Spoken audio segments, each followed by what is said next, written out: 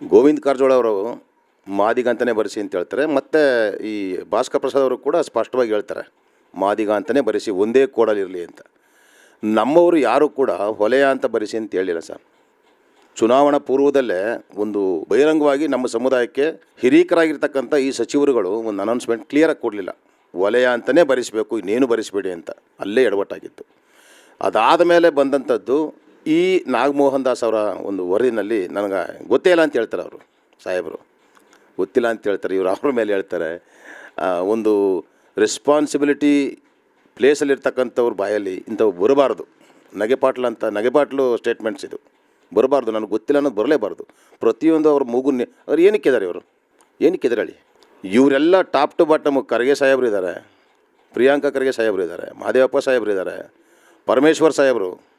ಇಂತಿಂಥ ಘಟಾನುಘಟಿ ಬಲಗೈನವರೇ ಇದ್ದು ಒಂದು ಸಮುದಾಯದ ತೀರ್ಮಾನವನ್ನು, ಒಂದು ಸಮುದಾಯಕ್ಕೆ ನ್ಯಾಯ ಕೊಡುವಂಥ ತೀರ್ಮಾನವನ್ನು ನನಗೆ ಗೊತ್ತಿಲ್ಲ, ಅಸ್ಪಷ್ಟ, ನನಗೆ ಗಮನಕ್ಕೆ ಬಂದಿಲ್ಲ ಅಂತ ಈ ಹಾರಿಕೆ ಉತ್ತರ ಕೊಡೋದಿದೆಯಲ್ಲ, ಅದನ್ನು ಖಂಡಿತವಾಗಿ ಒಪ್ಪಲ್ಲ ನಾನು.